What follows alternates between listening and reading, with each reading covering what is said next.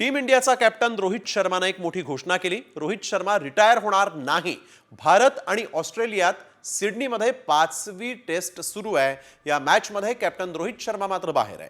रोहित शर्माला काढलं की तो बाहेर बसला असा प्रश्न विचारला जात होता आणि त्यामुळे रोहित शर्मा रिटायरमेंट घेणार अशा चर्चा सुरू झाल्या होत्या। याचं उत्तर आता रोहित शर्मानंच दिलेलं आहे। सध्या बॅटमधून रन्स निघत नाही, कामगिरी खराब असल्यामुळे आणि जो खेळाडू चांगल्या फॉर्ममध्ये त्याला संधी मिळावी म्हणून बाहेर बसण्याचा निर्णय घेतल्याचं रोहित शर्मानं स्पष्ट केलं आणि त्यामुळे रिटायरमेंटच्या अफवांना रोहित शर्मानं पूर्णविराम दिलेला आहे। बॅट चालत नसल्यानं 5व्या टेस्टमधून माघार घेण्याचा निर्णय घेतला असं त्यानं जाहीर केलंय। जो खेळाडू चांगल्या फॉर्ममध्ये त्याला संधी मिळण्यासाठी बाहेर बसलो। मी 2 मुलांचा बाप आहे, कधी काय करायचं ते मला माहित आहे।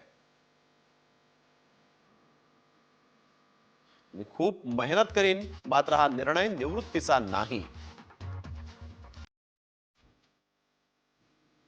लॅपटॉप, पेन आणि कागद घेऊन बसलेले लोक माझी निवृत्ती ठरवणार नाहीत।